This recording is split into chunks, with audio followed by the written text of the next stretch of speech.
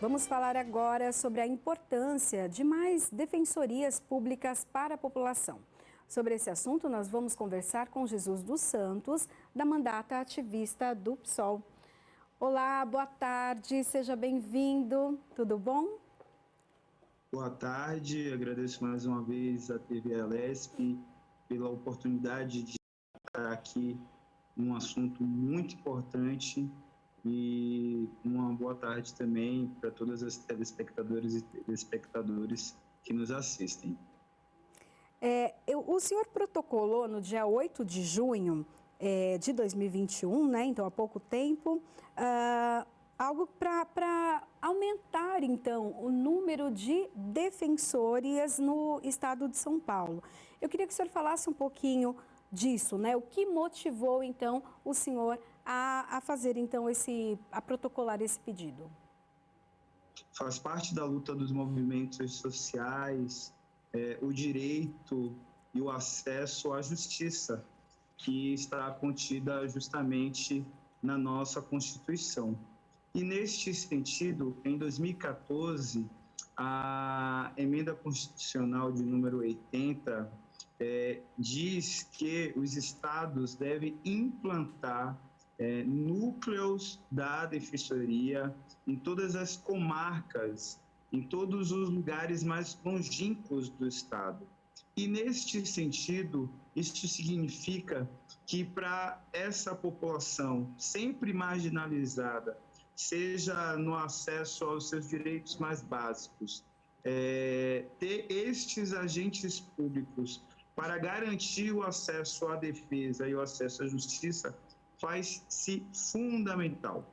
A Emenda Constitucional número 80 de 2014 diz que em 8 anos os estados deveriam implantar tais núcleos pelo estado de São Paulo. E neste caso aqui a gente vê um déficit, a gente vê um atraso e o prazo está correndo e se encerra no ano que vem.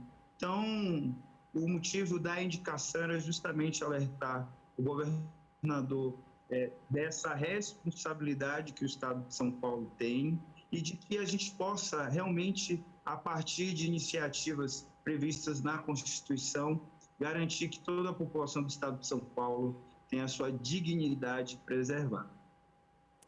Até no caso, então, dos presos, né? A gente sabe que tem muitos ali que já já cumpriram a sua pena, os seus processos, já poderiam, inclusive, estar em liberdade, mas não estão por conta de alguns processos e a morosidade disso. No caso, havendo essa ampliação, esse público também teria um atendimento diferenciado, um atendimento de qualidade? Eu diria que a realidade do sistema carcerário de nosso país, ela talvez seja até um pouco mais triste do que podemos aqui observar de forma superficial.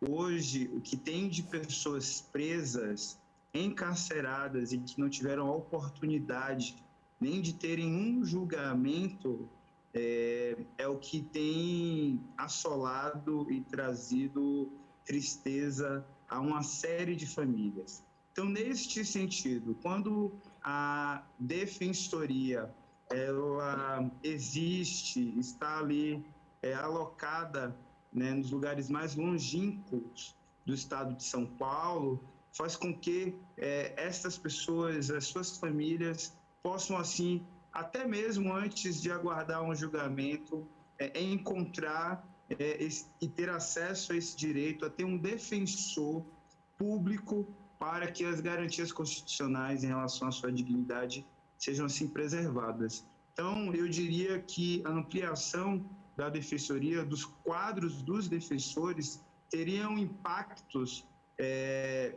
seja até mesmo no momento das atuações. Eu vou contar aqui um caso bem rápido. Tem aproximadamente um mês que eu acompanhei a prisão de 2 jovens que foram presos e que foram forçados, foram colocados contra a parede para que assinassem os boletins de ocorrência.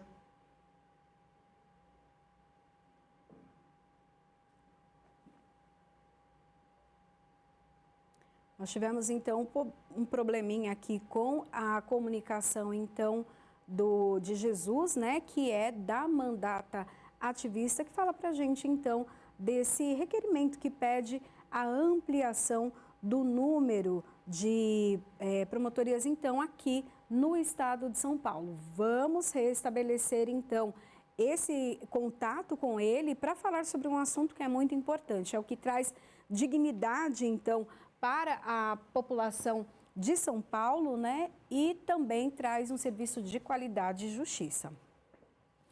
Olha, o estado de São Paulo chegou a 75% da população adulta vacinada com ao menos uma dose contra a Covid-19.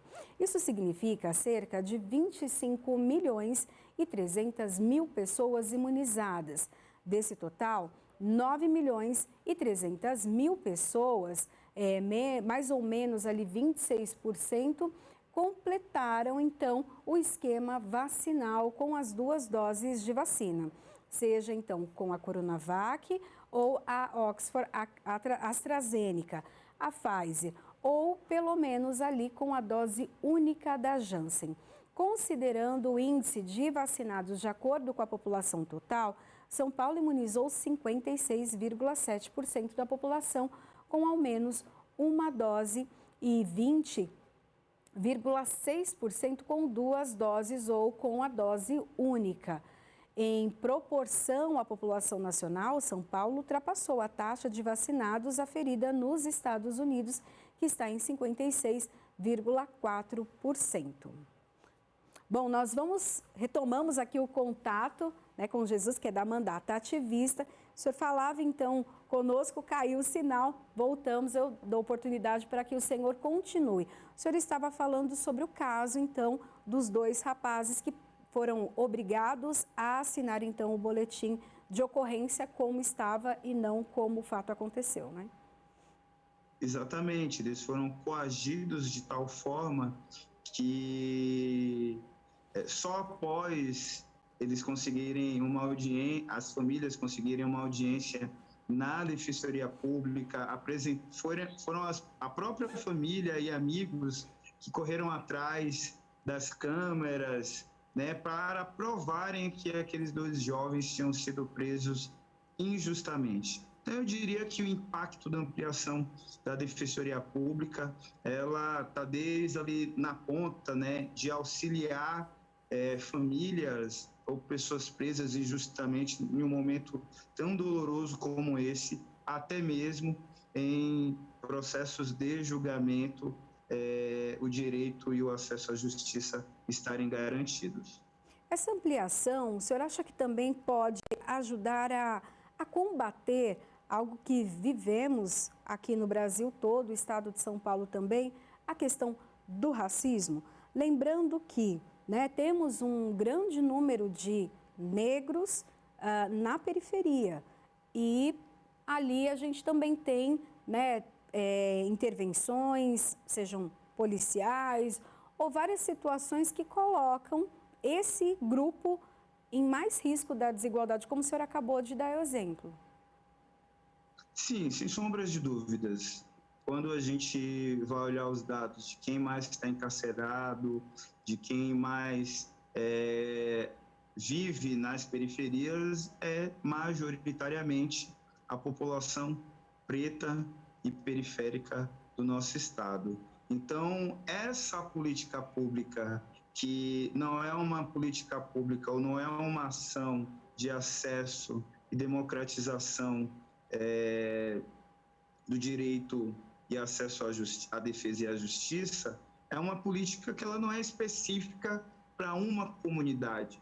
Quando a gente traz para a nossa realidade e percebemos que, na verdade, é essa população que, né, estamos aqui construindo para ter acesso, que mais vai usar esse serviço, abre para a gente uma reflexão que vivemos em um estado racista, opressor, e que ainda temos que construir políticas públicas para que essas pessoas não sejam mais presas injustamente, para que elas tenham acesso à justiça. Então, refletir, né, que uma política pública deveria e né, para todas e todos, independente do seu gênero, independente da sua classe social, independente, né, da sua etnia, entendê-la que, na verdade, ela vai funcionar como um escape para minimizarmos o impacto dessa sociedade racista, só me deixa mais triste ainda, porque na altura do campeonato ainda são problemas do desenvolvimento de nossa sociedade que precisamos resolver. Se entendermos dessa, ela, sem sombra de dúvidas, vai possibilitar com que uma parte da população que outrora já foi perseguida pelas próprias instituições, né, de justiça, e aí aqui eu posso trazer, seja a perseguição à capoeira, ao samba, ao rap e ao funk, fará com que, né, a gente consiga aí avançar no combate ao racismo. Mas essa é uma indicação e uma necessidade para atender a toda a população, independente de onde você mora, qual sua classe social, sua raça, seu gênero. Mas, infelizmente, as desigualdades são tão intrínsecas em nossa sociedade que, avançando essa indicação, o governador sancionando tal projeto, a gente, sem sombra de dúvidas, é um projeto que contribuirá para a diminuição, né, do racismo estrutural em nossa sociedade. Essa indicação, ela também já direciona ou pede ali onde essas unidades precisam ser instaladas? Lembrando que aqui dentro do prédio da Assembleia Legislativa nós temos uma unidade, né? Agora não está em funcionamento por conta do prédio, inclusive 9 de julho estar, Palácio 9 de julho estar fechado por conta da pandemia, mas normalmente aqui é um lugar em que as pessoas têm acesso. E até fica fácil, olha, dentro da Assembleia, onde fica a Assembleia? À frente do Parque do Ibirapuera, acaba, né, fica fácil achar. Eu não sei se em outras unidades é tão fácil assim uma localização. Esse projeto, ele contempla isso e o senhor acha que mais próximo à periferia seria o ideal? Às periferias? Sim, essa é uma indicação que ela tem um limite, né, do que a gente pode propor ao governo do estado. Então, a gente indica ao governador que, dentro do que a emenda constitucional de número 80 de 2014, ele faça cumprir, né, que ele execute. A gente não tem indicado, a gente não aponta lugares, porque esse é um papel discricionário do executivo. Porém, o nosso entendimento é de que o estado de São Paulo, se a gente for observar estudos, pesquisas, tem apontado que as regiões, né, que a gente pode chamar aí de megametrópole, que atinge a região metropolitana de São Paulo, passa ali por Campinas, Sorocaba, essa é uma população que, por estar próxima desse centro de desenvolvimento do estado, acaba tendo acesso muito mais facilitado, né, a esses serviços públicos, embora pela quantidade de habitantes, né, nessa região, há necessidade de ampliação também desses serviços.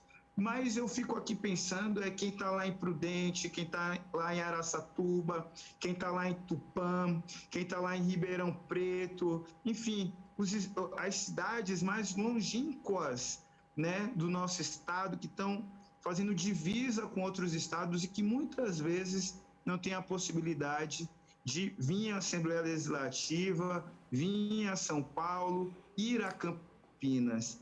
Então, quando a emenda constitucional de número 80 de 2014 aponta que em todas as comarcas, que em todas as regiões administrativas, né, deve-se ter um núcleo assistencial, eu penso que do governo do estado é justamente começar da borda para o centro. E aí a gente, ao longo do tempo, né, minimizando os impactos que a falta, né, de uma assistência jurídica tem ocasionado na população do estado de São Paulo. Então, eu particularmente penso, e aqui já deixo essa dica, essa sugestão para o governador do estado, que acate e implemente essa indicação realizada pela gente e de que inicie esse processo da borda do estado para o centro, para São Paulo. E aí, sem sombra de dúvidas, quem tem menos acesso passará a ter, né, acesso muito mais próximo de sua casa, muito mais próximo de sua região. Bom, quero agradecer então a participação de Jesus dos Santos, da Mandata Ativista.